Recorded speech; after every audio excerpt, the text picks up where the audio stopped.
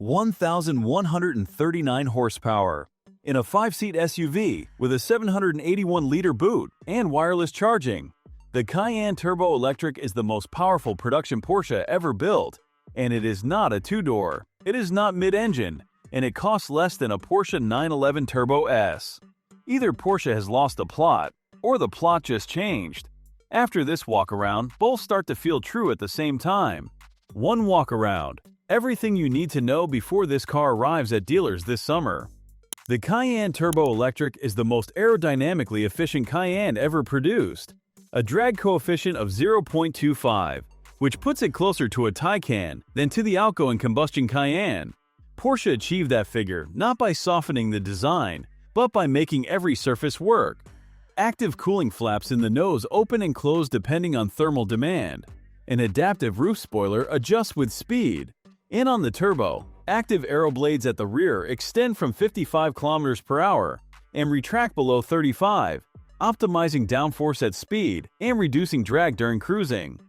The GPS coordinates of Porsche's wind tunnel are engraved on them. That is the kind of detail that tells you an engineer, not a marketing team, signed off on this car. Frameless doors with soft close functionality and turbonite accents across the window trim, wheel faces, and crests give the Turbo its visual separation from the base Cayenne Electric. Available 22-inch Sport Techno wheels fill the arches without looking aggressive. The proportions are longer than the combustion Cayenne by 55 mm of wheelbase, and that extra length reads as composure rather than excess. But what earns every line on this exterior is under the floor, and the numbers there are what should concern every rival in this segment. 1,139 horsepower and 1,500 Nm of torque with launch control engaged. 2.5 seconds to 100 km/h, around 2.4 seconds to 60 mph, a 9.9 second quarter mile. From a car that weighs over 2,600 kilograms and seats 5 adults. The rear motor was developed entirely in-house by Porsche, using direct oil cooling derived from their Formula E program. That technology eliminates the need for a 2-speed rear transmission, which means sustained high output under repeated full load, without the thermal degradation that limits most performance EVs after 3 or 4 hard launches. Silicon carbide inverters reduce switching losses and increase power density. In normal driving, 630 horsepower is available continuously. Push to pass adds 130 horsepower for 10 seconds when you need it.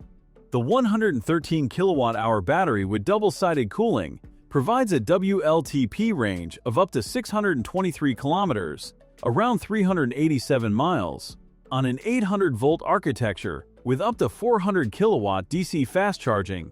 10 to 80% takes 16 minutes.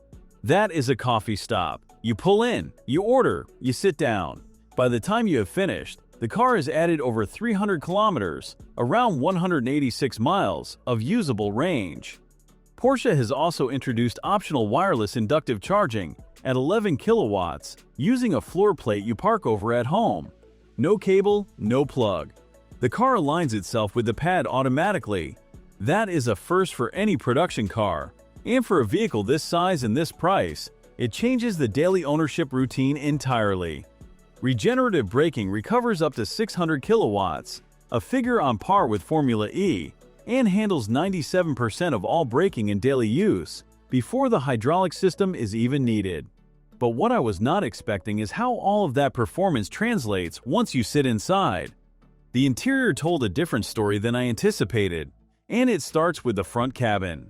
The first thing you notice in the front cabin is the Flow Display, a curved OLED screen that sweeps from the instrument cluster into the center console in a single unbroken arc. The 14.25-inch digital instrument cluster sits to the left, clear and immediately readable.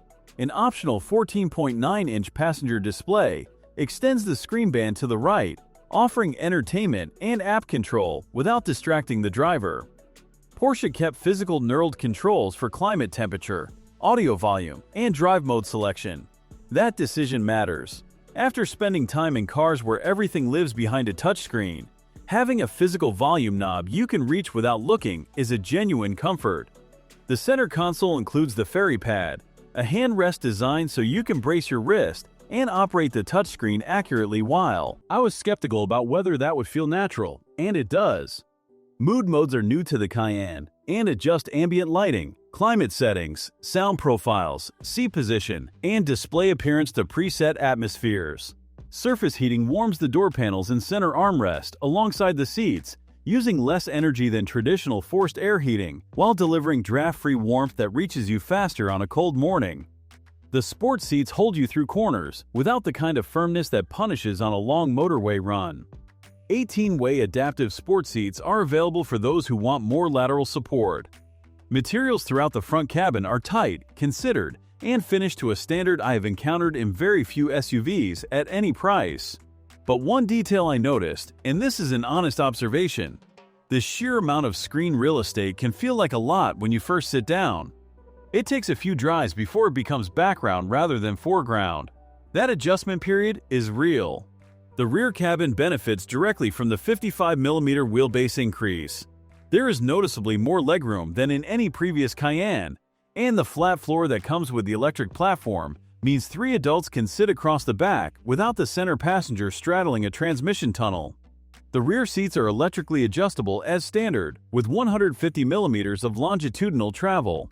That gives rear passengers the choice between maximum legroom and maximum boot space behind them. Seat heating and ventilation are available as options. A rear climate zone gives passengers independent temperature control.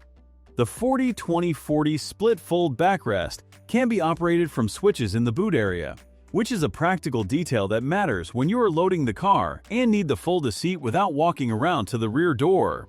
The optional panoramic glass roof with variable light control is the largest glass surface ever fitted to a Porsche. It switches electronically between clear, semi-transparent, and opaque settings using liquid crystal film. On a sunny day, it transforms the rear cabin from enclosed to open in a way that genuinely changes how the space feels. Rear headroom is generous. I sat behind my own driving position and had clearance to spare. For a 2,600-kilogram performance SUV, the rear cabin is genuinely comfortable for long journeys, and that is not something I expected to say with this much conviction. 781 liters with the rear seats in their upright cargo position, around 27.6 cubic feet. Fold the 40-20-40 split rear bench, and that figure rises to 1,588 liters, around 56.1 cubic feet. A 90-liter front trunk sits under the bonnet for charging cables or smaller items. In the left corner of the boot, Porsche placed buttons to electrically adjust the front seats forward and to lower the air suspension for easier loading of heavy items. The tow hitch button lives in the same area. These are small details, but they are the kind of decisions that only exist because someone on the engineering team actually loaded this car on a Saturday morning. Towing capacity is rated at up to 3.5 tons, depending on market and equipment. That figure matches the combustion Cayenne. For an electric SUV at this price point, maintaining full towing capability without compromise is a statement about what Porsche considers non-negotiable. $163,000 in the United States, 83,200 pounds in the United Kingdom. That is a significant figure, and it should be. The BMW iX M60 costs less and offers a comfortable, capable electric SUV with a strong reputation behind it. The Tesla Model X offers more range for less money and a larger interior.